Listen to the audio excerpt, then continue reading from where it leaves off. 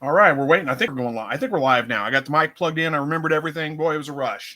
So sorry, I'm a minute or two late tonight because, well, I didn't get home from work till about 25 minutes ago. So had to eat something real quick, just a snack to hold me over, and then we're good to go. So let me get the disclaimers out of the way. It looks a little dark to me. Does anybody else see that? Is it dark to anybody else? We'll see what. I'm waiting on to see a response from somebody. I don't see a response. If you guys need me to turn the lights up, let me know, and we'll get going. While I'm waiting on that response, I will just get the disclaimers out of the way. This is a weekly live broadcast, pretty much every Thursday evening, 8 o'clock Central for now. We'll be doing this live broadcast. It is no topic planned out. We talk about whatever you want to talk about. You guys just bring it up in the live chat itself. I try to respond to all of it, all the live chat that comes through. It takes me a little while to get through it, so be patient with me if you've asked a question and I haven't gotten to it yet. If you do see me answer a question that maybe came after yours, because sometimes I do miss one, then feel free to ask it again. But just be patient with me. Give me some time to get to it. It takes a little while. Other than that, the only things I ask, be polite, be family friendly. There's no reason to call anybody names, be hateful, or any of those things. We'll have to kick you out. And again, keep it family friendly.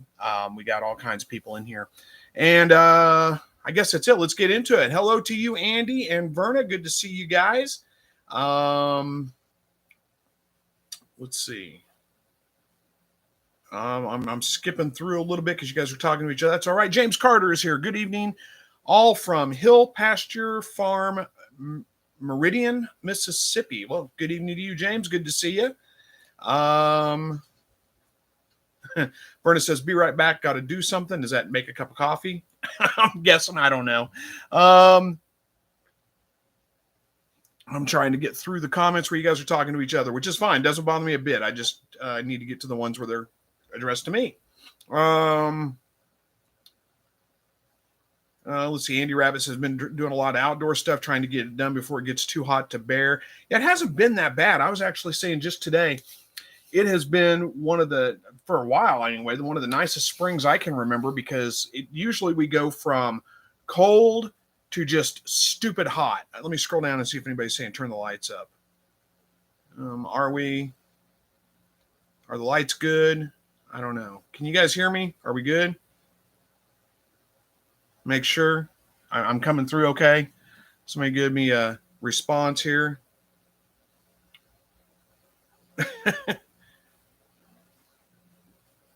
AV is good. Neighbor to the north. Okay. So I think we're good. I was making sure. I didn't get any response to anything, so I was a little worried there for a minute.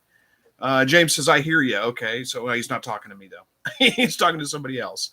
Verna had to put meat in the quail cooker. It wasn't to get coffee. I thought for sure that was it.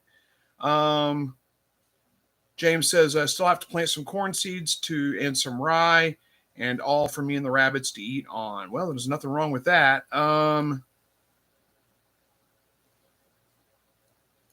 skipping through a little bit, getting down to the comments for me. You guys had a good conversation going before I got here.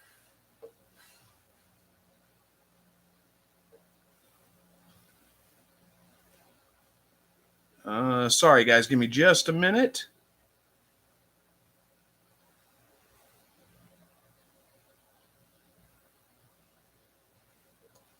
There we go. I think there's a new comment from Scrap 5000. There we go. And Green Acre Quail Farm. I missed that one. Hey, how are you? Good to see you. Scrap 5000 said, what's up, everybody? Greeting from New York City. Smash the like button. Well, thank you very much. Let's see. Where are we at here now? Joy says, sold 30 dozen eggs today to the Raw Pet Food Company. A steady customer since last September. Wow, that's pretty good. I need to find a Raw Pet Food Company somewhere around here and see if I can do the same thing. Rick says, I have a question for all of you. I have bought some Coturnix quail in an auction recently. They have started to lay eggs. Outside of egg looks normal, but the inside of the shell is blue. Yeah, that's not uncommon. Sometimes you get blue colors on the inside of the shell. That's nothing to worry about. I don't know what causes it exactly, why it's that way, but it's fine. Nothing to worry about. There's Dawn from South Central Illinois. Good to see you. Joyce says that pays for the food. Selling 30 eggs to the pet food industry. Yeah, I bet it does. That's a good deal. Rick says, could there be a Celadon trait floating around in the group? Just curious. I don't think so. I don't think that has anything to do with Celadon. Celadon lay blue eggs. I mean, the shell is blue all the way. So no, it's not really a Celadon thing. Andy's even saying most eggs are blue on the inside. Yeah, it's normal. So I agree. Yeah, it's a normal thing. It's not doesn't have anything to do with Celadon.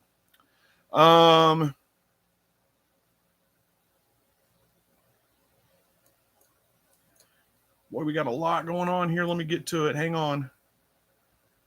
John F says, good evening. Good evening to you too. Good to see you. Yes, I am dark, Verna says. There we go. I finally got to that comment. Let me turn the lights up a little bit. It's hard for me to tell. That should probably do it. There we go. How's that? That's probably better. All right.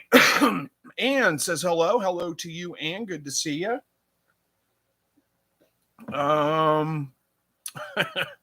John said spooky and dark. Yeah, I got it fixed, though. I think we're good. Hey, Gold Pro Unlimited. Good to see you, too. Rick Nelson says to talking to somebody else. I'll let you. All right.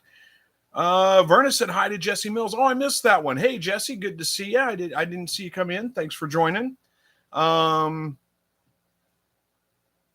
James says, I can understand the black and brown color of the Coturnix colors, but I have a white and black one. What the heck happened? Well, so you can understand the black and brown color of the Coturnix colors, but are you talking about the birds themselves or the eggs? You have a white and black egg. I don't know which one you're talking about, but either way, I mean, it's, black and white egg. Yeah, that's not that unnormal. Sometimes it happens. I've even gotten just completely white eggs out of my quail before sometimes. Not often, but it happens from time to time. Now, as far as the birds go, a black and white bird, that's just a genetics thing. I mean, you're going to get weird genetics sometimes in your birds. I get white birds, even though I don't have any white birds. I get white birds in the eggs sometimes that hatch out. So it's just kind of a weird thing. Alfred says, how often do you change your sand for your quail? I try to do mine once a month and strain them every week. Yeah, you're way more diligent than I am on that. I sift it out probably once every couple of months, and I change it out maybe once a year. I mean, very, very seldom. As long as I'm sifting it out pretty regularly, it doesn't matter. It's fine. It works, just keeps it up just fine. I don't bother with changing it out all that frequently. Jasmine Jade says hello. Good to see you, Jasmine. Thanks for joining us. And James Carter, good evening to you. I think I already said hi, but hello again anyway. Rick Ellison says, hey, Chris, from your neighborhood, are you? From my neighborhood, like my exact neighborhood or just the area here? I don't know. I'm kind of curious. Rick Ellison, I don't know. I don't recognize the name. Maybe I know you personally. Maybe I don't. Who knows? I'm bad with names, so don't be offended if I don't recognize your name and I can't remember it. Truck 3 Warden says, evening all, have 111 eggs in lockdown. Evidently, I couldn't count or incubate. Our account or incubator is running hot. Put them in lockdown this morning, and 1 hour later had 3 chicks. Have too many to count now. Yeah, well, that's happened to me occasionally, too. It could be that your incubator's running a little hot, or it could be, like you said, you just got the date wrong. I mean, I've done that before, too. I had a couple hatch in the egg turner one time before I even got him out of there. So yeah, it's not that. It happens to me. I've done it before too. Gold Pro Unlimited said, "Hit that thumbs up, peeps." Well, thank you. I appreciate that. Oh, and by the way, Truck, congratulations on the hatch. Hopefully it goes well. Scrap 5000 says, anyone trade stock, other securities? If so, y'all notice the Anheuser-Busch and Target stock get woke, go broke. Yeah, that's pretty much how it's been going, hadn't it? No, I don't trade stock really. But yeah, I knew that they were taking a dive, both of them, honestly. Random Chess Guy says, I'm curious, does anyone here know how to play chess? I do know how to play chess, actually. I just tried to teach my wife how to do it, but she just didn't like it. So, we don't play chess, but we were going through some stuff, found a chessboard. I'm like, hey, let's play a game of chess. I had to teach her how, but she didn't really care for it. So we're not playing, but I haven't played in a very long time. I'm not that great at it, but I do know how to play. Andy says, how are you, Chris? How's your wife doing? She's doing well, thank you. And I am too. Thank you. I appreciate that. Joshua Davis says, hey, how you doing? Well, still doing well. Hopefully you are too. Where are we at here? Rick Ellison says, neighbor to the north, Bevier, Missouri. I don't know where that is. Let me check that out. Evier, Missouri. Where is that? Let's look at it on a map. That is, oh yeah, that's way up north, isn't it? Way past Columbia. Yeah, that's a ways up there. But hey, still neighbors. So yeah, kind of by my neighborhood anyway.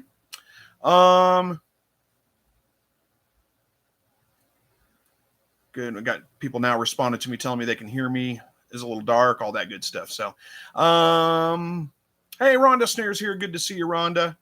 Here we go. Now we got him.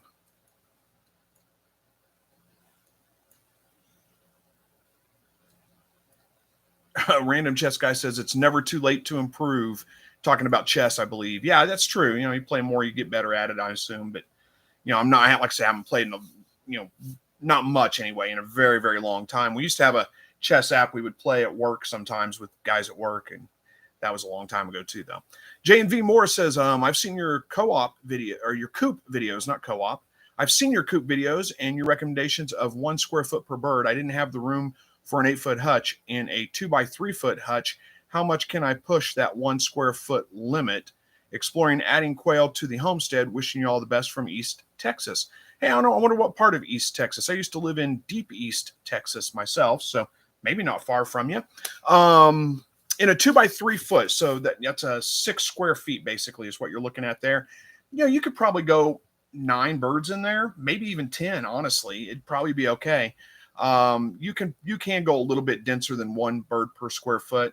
And if you watch them, you get 1 bird per square foot, and they still just kind of congregate together a lot of the times anyway. So it doesn't look as crowded as it sounds. Try it with 9 and see how it goes. Hey, Curtis Snow's here. Good to see you. He says hello to me and everyone. So, Jaquarande, I'm not sure if I'm saying that right. I probably got it wrong. It says, hello, have a question about the quail. I have been raising quail and noticed a night and day difference in the taste of quail that eats feed versus black soldier fly. So is that, I don't know if that's the question or not. Oh, there it is. Came later. It says, my question is, if I raise them on feed, how long do you recommend I feed them black soldier fly to get the better taste? Well, that's a good question. I don't know how long that would take you finish them out. I would think probably a couple of weeks. That would be my guess, but I really don't know. I've never tried feeding them out on different things and noticed a big difference in them, but it makes sense. I mean, I'm not saying you're wrong at all. I know a lot of times you'll finish like hogs and things like that on different foods to give a different flavor to the meat. I want to say it's probably a 30, 45 days for those, but quail may be a little bit quicker. I really don't know. That's a good question. I'm sorry I don't have an answer for it. Verna says to J and V Moore that I put 3 quail per square feet myself. So see, Verna packs them in a lot denser, and that's fine. You can do that. John F says blue eggs are Celadon. Yeah, if they're all blue, yes, they are Celadon. You're right. Bob Cole says howdy from Western New Mexico mountains. I think that's New Mexico, isn't it? NM. I'm not good sometimes with some of those abbreviations, but hello to you. Thank you for joining us. Excuse me. Green Acre Quail Farm says, what's a good quail turner for a Pro Series digital incubator? Let me look that up. I don't know what the Pro Series digital incubator is right offhand. Series digital incubator. Let's take a look at it. Oh, the Farm Innovations? I would think probably the standard. I don't know if they sell an egg turner for that or not. Is that a standard? Is that the same one? Pro Series. Actually, I don't even know now. I mean, I'm looking Pro Series and it comes up with a link with a whole bunch of other ones. If it's a styrofoam incubator like the Farm Innovations one, I think that's about the same size as a Little Giant. So you could use a Little Giant egg turner if they don't sell one specifically for that model. But I don't really know. I don't have that incubator, so I can't give you a guarantee on that one. Yeah, Verna's got a good point too. Says make sure you have 5 hens to each roux, and that is good advice. 5 to 6, honestly, probably closer to 5 is better. But yeah, 5. Try not to go below 5 hens to each, especially if you're packing them in real dense, because your hens will just get overbred, and it'll be a lot of bald hens in there and probably beat up a little bit. Dawn says to J and V Moore, my cages are 2x3 and I put 7 jumbos in with inside feeders and waters. They count for footage to remove and less birds in there. What now? They count for footage to remove and less birds in there. Okay, so anyway, she puts 7 in that size cage. So you could go a little bit higher than that though. Bob says doing candling and lockdown tomorrow. Hope I have lots of dark eggs. I hope you do too, Bob. Good luck with that. Rhonda says, hey, Chris, hope your family is doing well. They are. Thank you. Hopefully yours is too. Scrap 5000 says, neighbor gave me 3 chicks a few months ago of unknown breed. When he moved, he was hoping they were leghorns, but they are Cornish cross. Going to be roasting chickens in a few days. Yeah, I don't blame you. That's not a bad thing, is it? To have some extra chickens. So we've got the meat chickens in the shed. They're doing fine. They're about a little over a week old right now, a week and 2 or 3 days. So far doing just great. I'll have video on that once they're all done. I'll release a video start to finish. I've been taking a few shots of them. I did not get a video out this week, and I'm sorry about that. Just too much going on right now. And I was a little sickly Saturday and Sunday, some kind of stomach bug thing that went around, but I got over it. I'm okay now. And I'll get back on track. And I'm way behind on comments. I haven't answered comments in a while. There's just so many of them coming through right now. I've got so many videos out there that comments come through on multiple comments on each video a day, it seems like. And it's just a lot to keep up with. So I'll see what I can do to get better at that too. J&V says, okie dokie, with 2 of these 2x3 coops at your ratio, I can run 24 quail. I'll have a separate grow out pen. Yeah, you could. You could definitely. James says I had 3 quail hatch out regular color and 1 small white bird. Yep, that happens to me too. It's just genetics. I mean, it's just all it is. They must have a gene in there somewhere where they have a recessive white gene, and you have multiple birds with that recessive white gene. And when they breed, sometimes some of those are going to be white birds.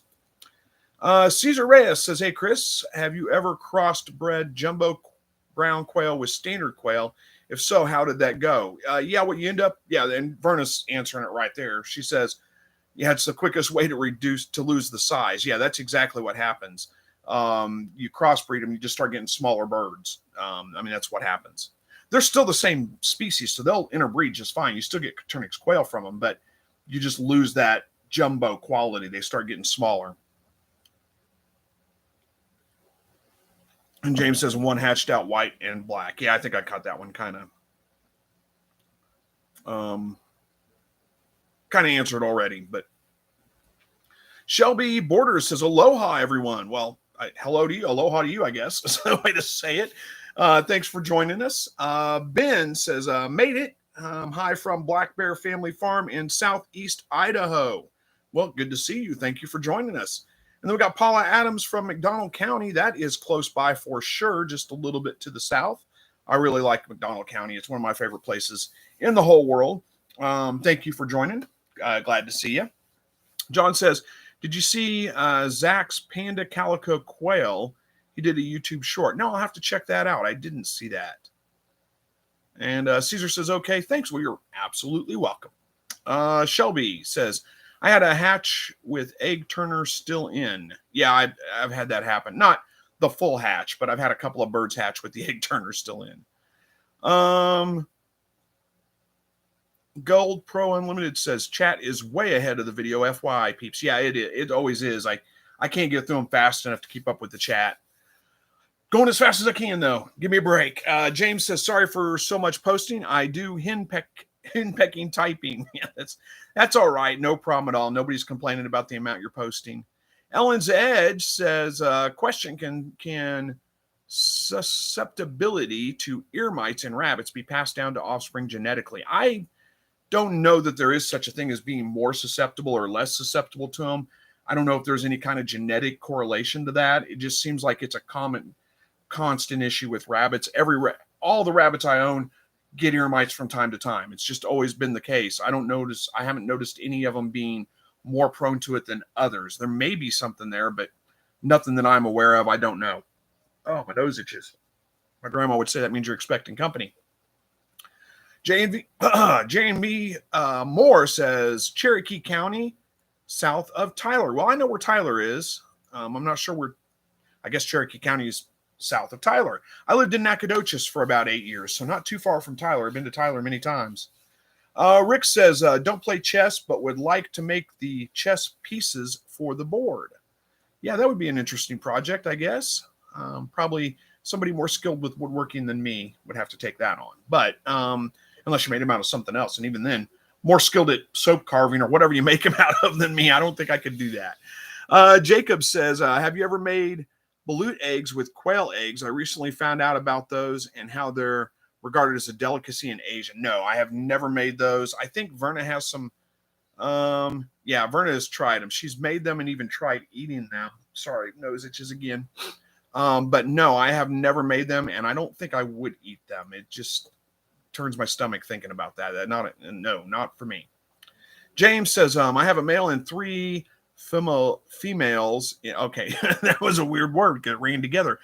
I have a male and 3 females in a cage that is 2 foot by 2 foot by 16 inches high, and they do fine. Well, good. I'm glad to hear that. That is a little bit low ratio, so I would be surprised, especially as time goes by. It could be that they just haven't quite gotten into the breed, or they're older. Older birds are a little calmer, but still, 2 hens, 1 rooster, you're usually going to end up with your hens being overbred and just kind of beat up in the process. Joshua says, where are your chicks? I don't see them behind you. Yeah, they're out in the brooder in the shed. I moved them out there over the weekend. And was it the weekend or was it late last week? I don't remember, honestly. But I moved them out to the shed, got them out of the house. They stayed in the house for 3-4 days, something like that, in the smaller brooder. And then I moved them out to the outside brooder. Gold Pro Unlimited says, I know, but this stream is worse than most I have seen. Not being an a-hole, just letting chatters know it's all good to me. Yeah. Did they say something? Okay, anyway. No, I appreciate it. And I know it's behind. I do my best to keep up with it. It's just that you guys start talking usually before. I'm not that far behind, actually. You guys start talking long before I get into the broadcast sometimes, and it's hard for me to get through it all. Curtis says, some of my wife's celadons are laying brown eggs. Why? Well, then they're not celadons. That's why. Celadon's a recessive trait. So if you have 2 celadon birds and you breed them together, you should theoretically get 100% celadon eggs. But if you breed them with another bird that maybe has recessive genes for celadon, you would get some celadon birds, some non-celadon birds, and they may have they would have a recessive trait for it, as I understand. But that's the way I get it. Maybe I'm wrong, but we'll see. Ellen's Edge says hello from Miamisburg, Ohio, home of the 2023 QuailCon. Well, home of the 2022 one as well, and the 2021 one as well. But yeah, we'll be there in September. Bob says, thanks, Verna and Dawn, feeling confident. I don't know what that was in response to, but anyway, it's good. Who's that? Patty always have a hard time with your name for some reason. Patty, we'll just call you Patty. I'm sure you're okay with that. Says hello from California. Good to see you. Thank you for joining. Jennifer Myers wants to know how the garden is doing this year. Overall, pretty good. I've had to keep watering it because we keep getting threats of storms every day, and it just rain hasn't hit, but it's doing pretty good. Everything is sprouting for the most part. Cucumbers, I'm having a little bit of issue with because every time I plant, they sprout up, something eats them. And I think it was slugs, but now I'm wondering, maybe it's not the slugs. Maybe it's something else because I did put slug bait out. But that's about it. They're not all eaten. Some of them have survived. But yeah, not as many as I started. I'm going to have to restart again. But everything else is doing great. I mean, it's early on, so there's not much. The green stock garden, fantastic. We're harvesting lettuce, and we've harvested radishes out of it. I mean, we've already gone through several plantings of radishes, and it's doing great. It's really good. I need to do an update video on that at some point and just show you just how well that works. Jacquarande, I don't know if I've gotten it right, but says, I have another question. My hatch rate is terrible. I have a good temperature and humidity confirmed by my Govee, but I still only get about 10% of my eggs. What am I doing wrong? It's got to be temperature. Verify that Govee's reading it correctly. 99% of the time, it's going to be a temperature issue if you're getting a hatch rate that's low. It could be humidity if your humidity is too high, but then you're talking 85% or higher humidity. If it's that high, then yeah, that could affect it. Also check to make sure you don't have, this is an issue I had before, I've talked about many times. Calibrated my thermometers with my incubator. I knew it was reading correctly, was getting bad hatch rates. I finally figured out my incubator was sitting in front of a window and the blinds were open. So during the day, as the sun went across, it would shine through that window on the incubator, heat it up. And I wasn't there to see that happen. So I didn't realize that was happening, but it was a temperature issue, if that makes sense. So make sure you've got it in a fairly temperature stable environment, not above an air conditioner vent or, in front of a window that's, the sun's going to come through and heat it up, something like that. That could be the issue as well. Other than that, I would say try to confirm that your Govee is reading temperature correctly. Maybe get a second one so you have two of them to verify with. And that's where I would go. I mean, it's got to be temperature. Without knowing any other details, that's where I'm leaning towards anyway. I mean, you're not doing anything weird. You're not like opening the incubator and juggling eggs or something like that. There's nothing else it could be. It's got to be one of those two things. And 90% of the time, it's going to be temperature. Humidity is not as important. Let's see. Tony from Toronto. Good to see you. Bay's Place says, Chris, I was taught it means you're going to kiss a fool, huh? Well, I don't know. I probably won't kiss a fool. My wife might. She kisses me, and I'm about as big of a fool as you can find. But no, I don't. My grandma always said, if your nose itches, it means you're going to get company. I don't know where that comes from. James says, I have another 6 roosters that I need to get rid of. Anybody want one? They are mixed sex link roosters. Fatter is black. Oh, father, I think it is black Copperman rooster. Huh. Interesting. I don't know where you're located. That might help with somebody looking for them. I'm not looking for any roosters, but somebody may. Paula says, I've been pickling my quail eggs. Family loves them. I do not like pickled eggs. I've tried a couple of different recipes and haven't found one. It's not like the worst thing in the world to me, but they're just not that good. So I just don't bother with it. Scrap 5000 says, anyone into fermenting veggies? We just made some half sour pickles and some sauerkraut. And oh my gosh, both came out delicious. Highly recommend. I do make sauerkraut from time to time. I love homemade sauerkraut. It's fantastic. I have tried pickles a few times and never got it right. For some reason, fermenting cucumbers just never works out. They always taste a little off, and I'm always a little bit afraid to eat them. They taste weird, and just, I don't know, maybe I'm just not used to them. I don't know. But I love homemade sauerkraut, home fermented sauerkraut. It's fantastic. Let's see. John says eggshells and copper are good at deterring slugs. That's true. I do have slug bait, that I throw out that does a pretty good job of keeping them under. I've got a lot of earwigs as well, and I'm wondering if that's not what's doing it. I may have to set out some traps for them, but I don't know. We'll see. Jack Warandi says, mine is in the front of a window, but it's the only place I can find to place it. I'll seek another spot for them, or just put like a towel over the window or something to block the sun as it, goes past. That could fix your issue as well. Verna says, we usually say that if you drop silverware, then it's company, and different ones have different meanings. Yeah, interesting. I don't know where that comes from. I don't know if my grandma made that up. I don't know where it comes from, but that's what she always said. Jack Warandi says, also, I was once hatching Texas A&M chicks, and one turned out to be a red-eyed albino. Sadly, it didn't survive. How often does this happen for you? And if you've had any, did they survive? I don't know that I've ever seen a red-eyed albino quail. I don't know. No, I don't think it's ever happened to me, but I only had the white birds on, everybody calls them Texas A&Ms. They're probably not really A&Ms, but either way, I only had the white birds for a very short time. They were just a pain for me to deal with. So I got rid of them. Base Place says you can also ferment quail eggs. Yeah, I don't know about that. What's going on over here? Oh, Max is behind me scratching. He's got his collar on, so he's scratching. It made noise. I wasn't sure what was going on. Corny says, Today's Place, thank you. And Chris, I appreciate y'all. Well, you're absolutely welcome. Sundial Fragrances says, hey, y'all from Texas. Good to see you. Thank you for joining us. Nikki James, good to see you too. Says hello to Chris and everyone. Verna says albinos with pink eyes rarely survive. Yeah, I would say that's probably true because I don't think I've ever seen one. But who knows? I don't know that much about them.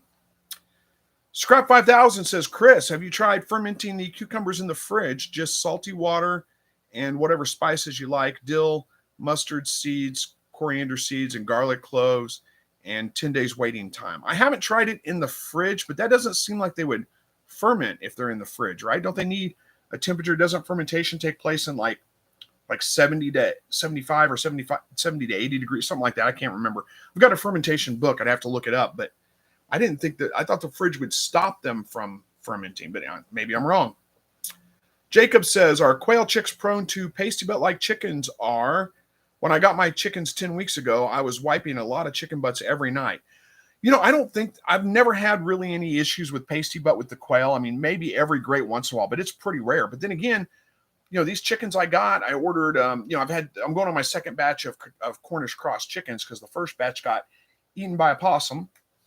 And neither one of them I had any issues with pasty butt. Now I've dealt with that with chickens before, but none of these I haven't had any issues. And there's 25 birds in there, 25 birds in the last batch, not a one with pasty butt. So that's pretty good odds, really.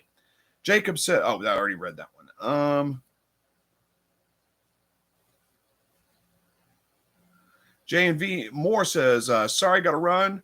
Close to dark, and I need to secure the chicken dome. Enjoy the show, and thank you very much for answering my question. You are absolutely welcome, and you have a good evening. And he says, by the way, Cherokee County is Jacksonville, so we're close at one time. Yeah, that's not very far, huh? Small world, isn't it? It's been a while it's been 15 years since I lived there, but yeah, I did. Andy Rabbit says, I have never had a baby quail with pasty butt. Now, I don't know that I may have had one or two issues, but it's rare. Dawn says she hasn't either. Scrap 5000 says, Chris, fridge fermenting works great, just need more time. That is how you get delicious half sour taste, and they stay crunchy. I really enjoy it. I do like a crunchy pickle. I did find a way to pickle cucumbers and keep them crunchy, though. I've tried all kinds of things with that because that's the age-old issue, right? Try the pickle crisp, try oak leaves, grape, leaves. All kinds of things with tannins in them to keep them crisp, and none of it ever really works that well. But I did find a method to process them that keeps them a little bit crispier, and that is instead of like you water bath can them like you normally would, but instead of taking it to a boil, you take it to 180 degrees and you hold it there for 30 minutes. Now you've got to use a recipe that has a pretty high acidity, so pretty high vinegar content. Look it up, find out about it. Don't just go off of what I say. Make sure it's safe. But it works great, and the pickles stay incredibly crispy. John says, just gathered an... Oh, wait a minute. Verna says, I've only had one in all the time I've been raising them. One quail with pasty, but yeah, it's pretty rare, I think. John says, just gathering another 4 eggs. Well, nice. Jacob says, now we can add fermenting veggies to the Cooking with Chris series in the future. Yeah, we should do that, huh? Dude, I did a video one time on how to make a fermentation crock out of a mason jar. Now, they do sell mason jar fermentation kits now. Like Ball has them. I got some on, it's just a mason jar with basically an airlock on the top of it that works for fermentation, and a little spring in there to hold everything down below the water level, the brine level, I should say. I got some on clearance a couple of years ago for pretty cheap, but I don't know what they normally run. But anyway, I also have a big fermentation crock though. That's old fermentation crock. That's what I make sauerkraut in. Man, sauerkraut is good. Homemade sauerkraut is really good. NWFL says you should try low liquid cucumbers to make fermented pickles. Salad type cucumbers have too much moisture in them to ferment firm instead of very mushy flesh. Interesting. Yeah, I use a pickling cucumber and typically get them when they're fairly small. But you may be onto something there. Jacques Warandi, and that's actually not with fermenting. It's not the mushiness that bothered me. It was the taste. It's just a little off, and it doesn't taste right. So like I said, maybe it's just that I'm not used to it, but if in doubt, throw it out, right? and it just didn't seem right to me. Okay, Jacarandi, I have a hard time with your name, sorry. Says, you mentioned how you had problems with your Texas A&M birds. Just curious, what type of problems were you dealing with?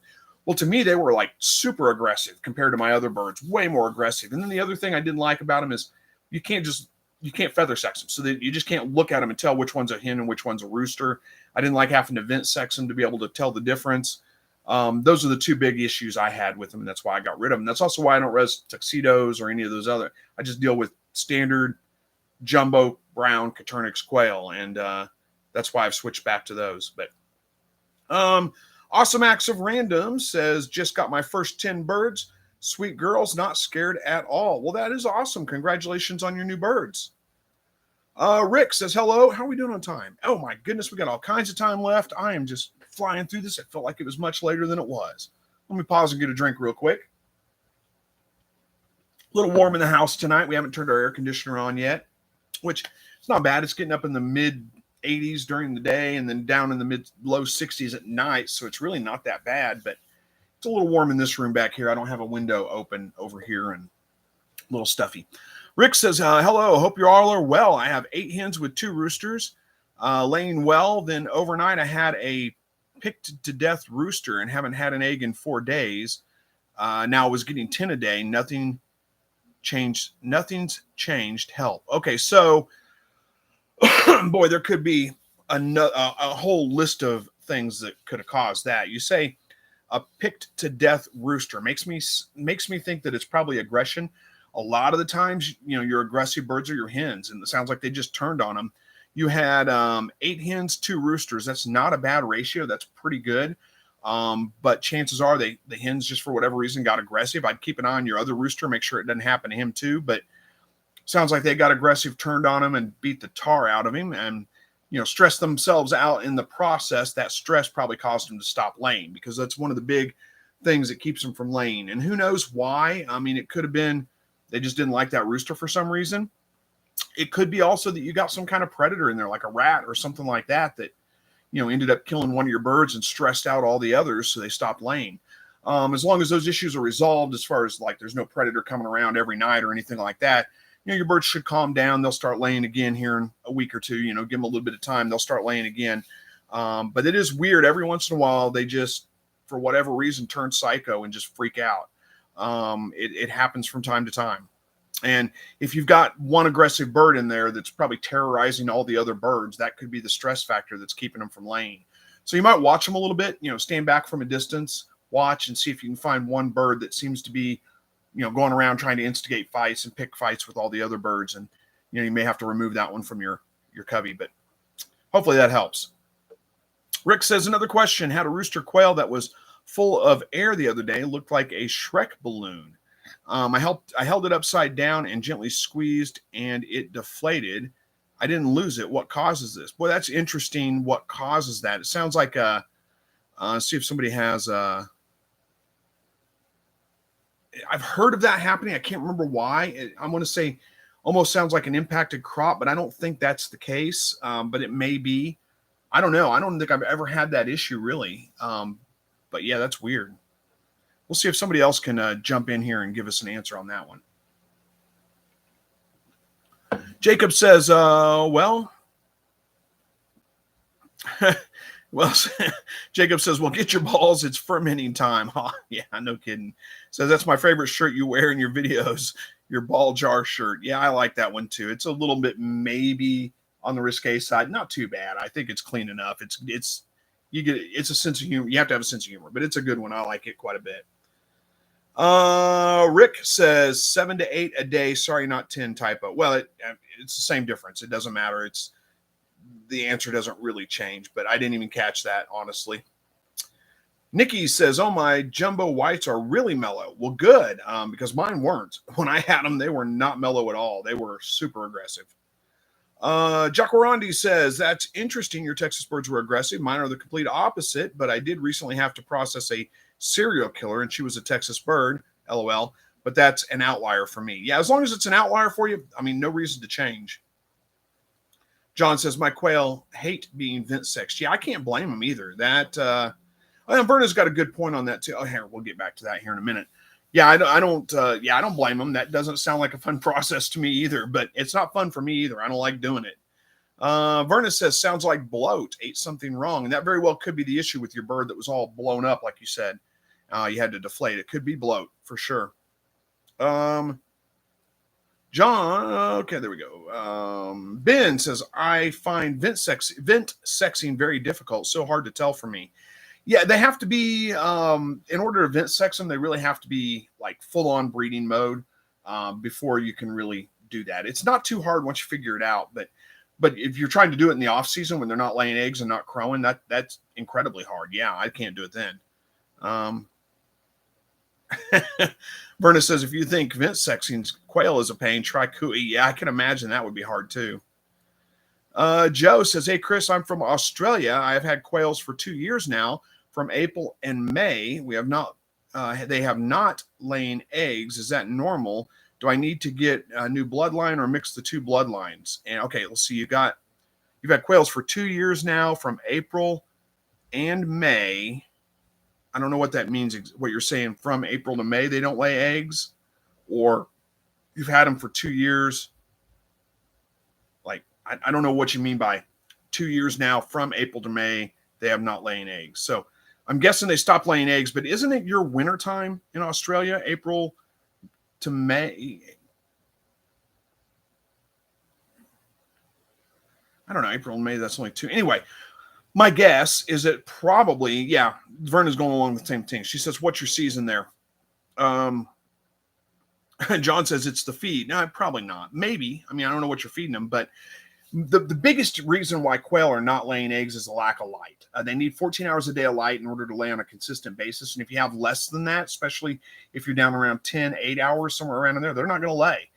You could add an external light, like a solar light or something like that, that comes on as soon as the sun goes down and stays on for a period of time, extend the daylight that way, and that will get them to start laying eggs. That chances are that's the issue. That's almost always the issue. The other big factor that keeps them from laying is stress, like if you're moving them around a lot from one cage to another or something like that. But that's usually just a very small, temporary thing, like a week, 2 weeks at the most, and then they start laying again. So anyway, see if that's the issue. If that's not the issue, let me know. We'll dive into it a little bit more. If it's not the issue, then maybe onto something with like what are you feeding them? All that kind of stuff. And they're 2-year-old birds. If they've never laid eggs for you, that's a little weird. But yeah, Verna says to John, Joe's in Australia, no TSC there. Yeah. Let's see. Sundial Fragrance says, I did have a similar inflated jumbo hen situation, but I called it. We looked it up, and it's a condition that might reoccur. Air sac rupture, I believe. Interesting. I've never had that issue. Bradley James says, hey, Chris, how do you get rid of groundhogs? We have one take all of our peas. Oh, no. I don't know. I have a groundhog that lives, well, I haven't seen it in a while. I'm assuming it's still alive, but that lives in the back corner of my, my back lot back there, and it doesn't bother anything. So I just don't worry about it. It doesn't bother me a bit. So, aside from, a high-powered pellet rifle, or if you live out in the country, a 22 or whatever, I really don't know. You could try live trapping them or relocating them, I guess. I'm not sure what a good deterrent is for the groundhogs either, because like I said, I've never had that issue. Never had to deal with it.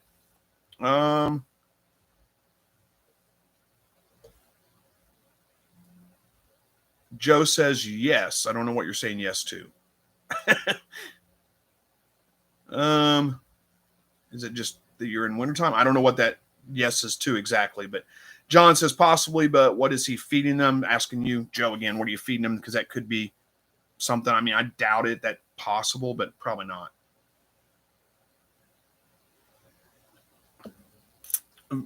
Vern says, just remember, Chris, they can cause your shed to fall as they do tunnel a lot. Oh, the groundhogs can. Yeah. It doesn't get up in the yard, though. It stays back there in the back lot. It doesn't bother anything. It's fine. It doesn't bother me a bit. Curtis says, okay, I'm back. Someone brought my wife a wild kit less than a week old because her husband accidentally killed all the rest and destroyed the nest. Oh, good luck with that. Wild rabbits or wildlife in general very seldom ever survive whenever you try to raise them yourself. Prognosis is not good, unfortunately, but hopefully you have better luck.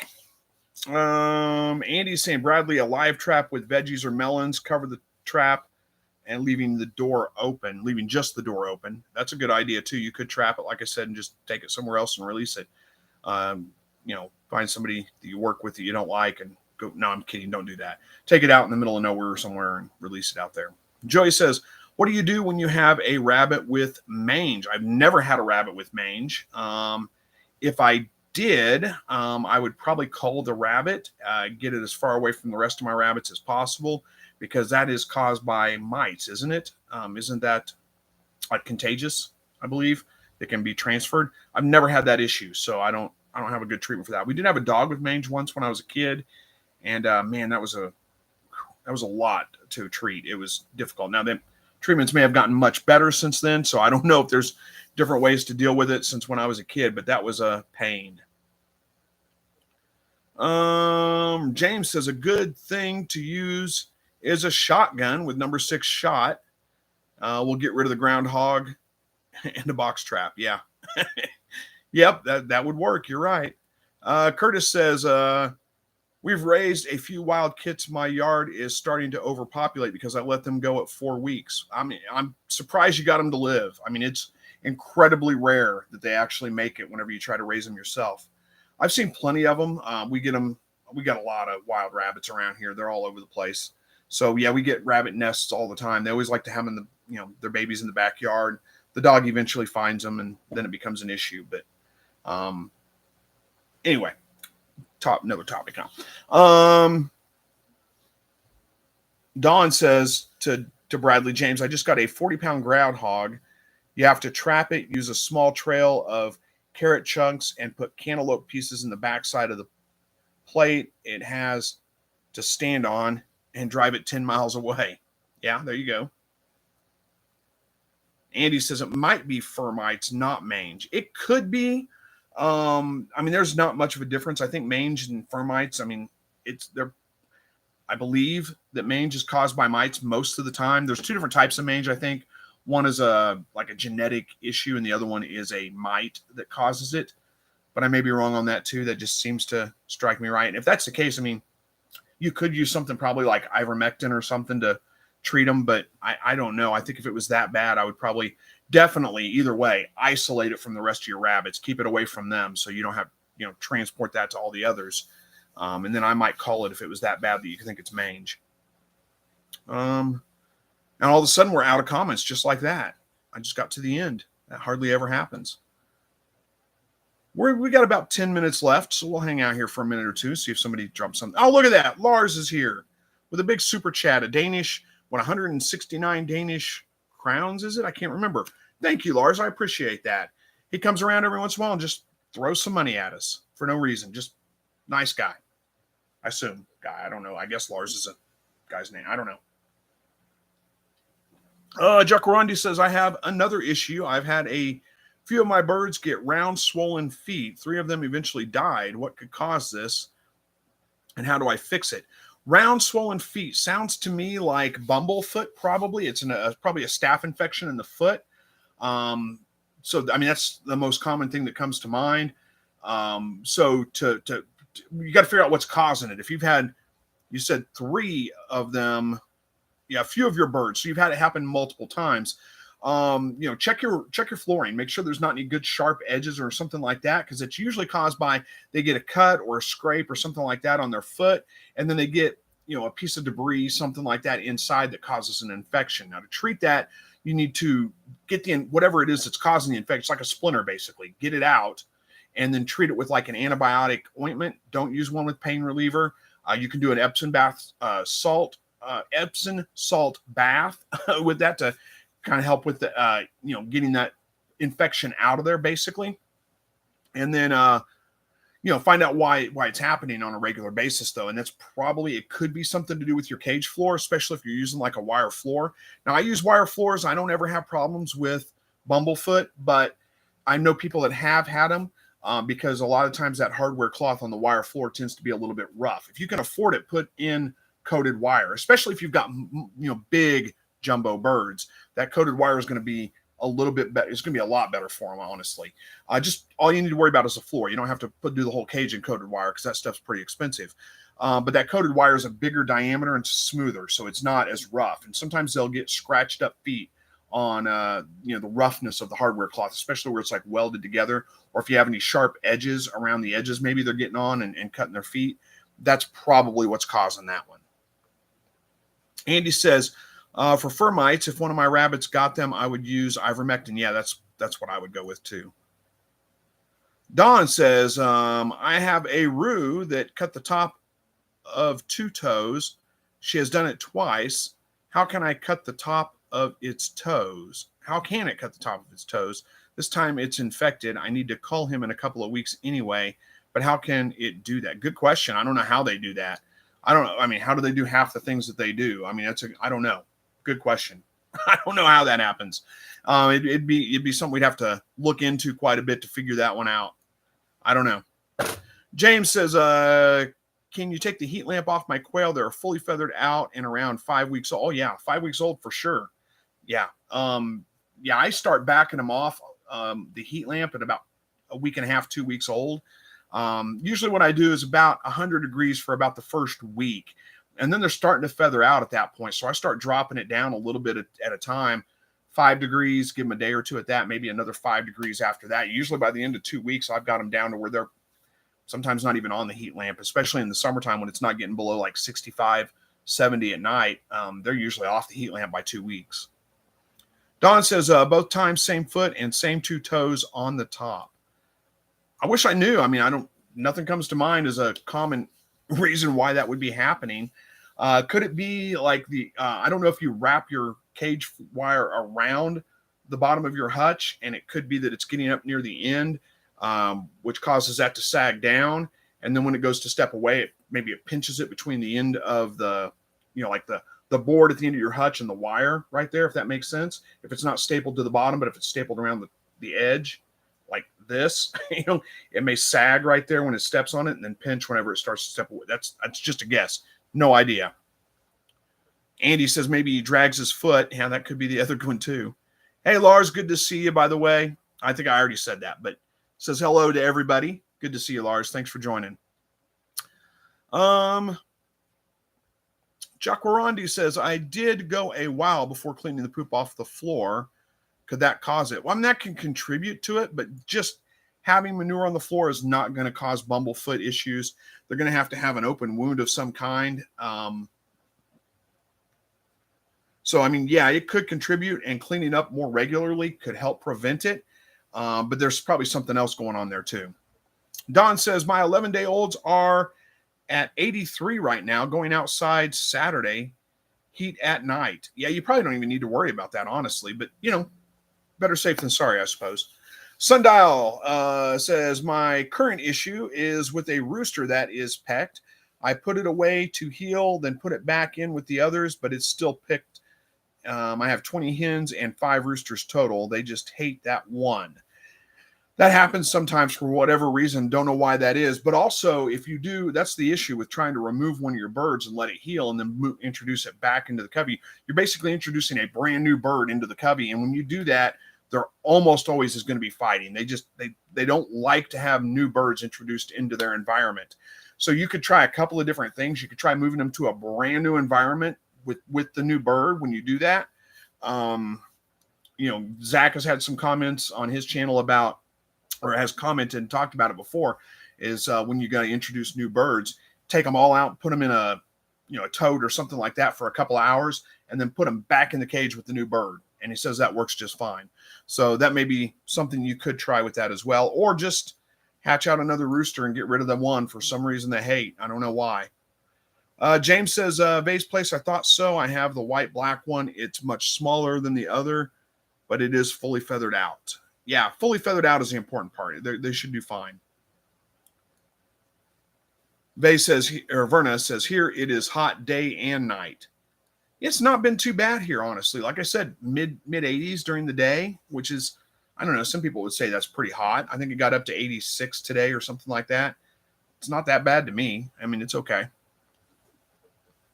John says it's hot here too in Florida. Yeah, that's different though. Don says, Chris, is 65 at night okay for 13-day olds? More than likely. 10 days or 13-day olds, they should be feathered out at that point. The important thing is to make sure that you have them kind of weaned off the heat lamp first. You don't want to take them from 100 degrees and then shove them out into 65-degree weather. 65 is not that cold. Feathered out, they should be okay, but I like to kind of wean them off that for at least a couple of days. If you've got them at 95 degrees, let's say, and they're 13 days old, drop it to 85 degrees, give them a day or two of that, and then drop it to 75 degrees, give them a day or two of that, and then move them on outside, and they should be fine. Don says, Taverna, it is 94 here today and 90 plus all week so far. Yeah, we haven't gotten that hot. We haven't even turned our air conditioner on yet. It's just not been that bad. Sundial says, thanks, Chris. You're absolutely welcome. Jacarandi says, this isn't a question, just a comment. I don't know if you all have ever fed your birds algae water, but my birds seem to grow bigger, faster when they drink this regularly. Just an idea for those who want to try. Interesting. I mean, yeah, there's some algae in the water occasionally. It gets in there, and I don't really worry about it. It doesn't hurt the birds at all. But I've never noticed any difference in growth rate just because of that. But who knows? I haven't really paid that much attention to it. Gold Pro says, let's see, I saw a video that says to spray the birds with 50-50 mixture of vinegar and water, and they don't pick on each other. Yeah, I've heard of that too. I don't know why that would work. Logically, it doesn't make sense to me. So I sometimes tell people, yeah, I've heard that. Try it if you want. I haven't actually tried it out, so I can't say it does or doesn't work. But it doesn't make any sense why it would. I don't think birds have much of a sense of smell, if any. So I don't know why the 50-50 mix of vinegar and water would do that. Maybe it's just that they feel like they're being pepper sprayed and it freaks them out and they get a little calmed down for a couple of days so they don't get it again. I don't know. John F. says, I may have not been listening, but why quail hutch versus quail condos? I must have missed that. I don't remember answering that question, but you can do either way you want to. It doesn't really matter. Verna says common enemy. Chris, I don't know what you're referring to there. I'm lost. But anyway, John, I mean, you can do quail condos if you want to instead of a quail hutch. Now, if you're talking about like a quail condo as far as like a very high tall pen for them, there's no reason to do that. I mean, you could, but quail are ground dwelling birds. They don't really roost. They don't tend to get up on the higher, like if you were to build them a really high pen, unless it's just making it convenient for you to get in and out of, like a ground pen or something, there's no reason to build it high because they just won't utilize it much. But, you can do it however you want. Don says, talking to Andy Rabbit.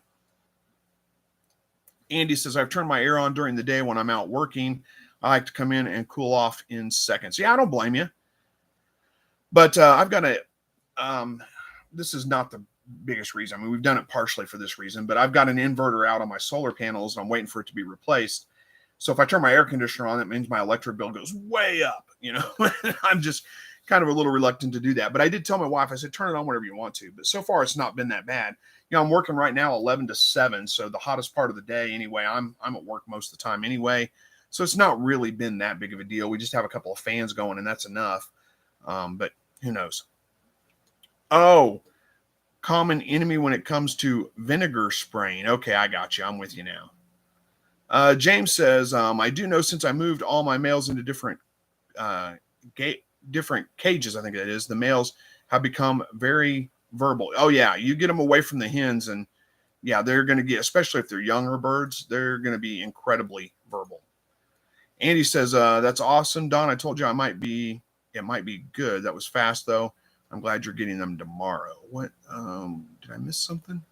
I did. You guys were talking to each other. So James says, except for the one with 4 hens, he stays busy breeding and my hens aren't beat up now. Yeah, you're right. You get too many roosters in there and that definitely can do a job on your hens. All right. We are a little bit past 9 o'clock. We've been at 1 hour. Time to wrap this one up, but I'll get this last comment from Jacarandi answer. It says, sorry for all the questions. I could talk quail all day, LOL. How old do quail chicks have to be before I stop feeding them water in shallow plates to prevent drowning? Okay, so once they feather out, that's it. Once they feather out, they're fine. You're not going to have that problem. It's not drowning that's the issue. The issue is when they get, especially before they're feathered out anyway, when they get wet, they get hypothermic. They can't get warmed up and they they chill to death, basically, is what happens. It's not drowning. So you don't have to worry about the drowning. As soon as they're feathered out, and as soon as they're off the heat lamps and things like that, you don't need to worry about it anymore. If they get a little bit wet, they're going to be fine. So that's really that, 2 weeks old, something like that is fine. All right. We're going to wrap this one up, guys. Thank you for joining me tonight. I appreciate it. We'll see you, should be next Thursday. I don't see any reason why not.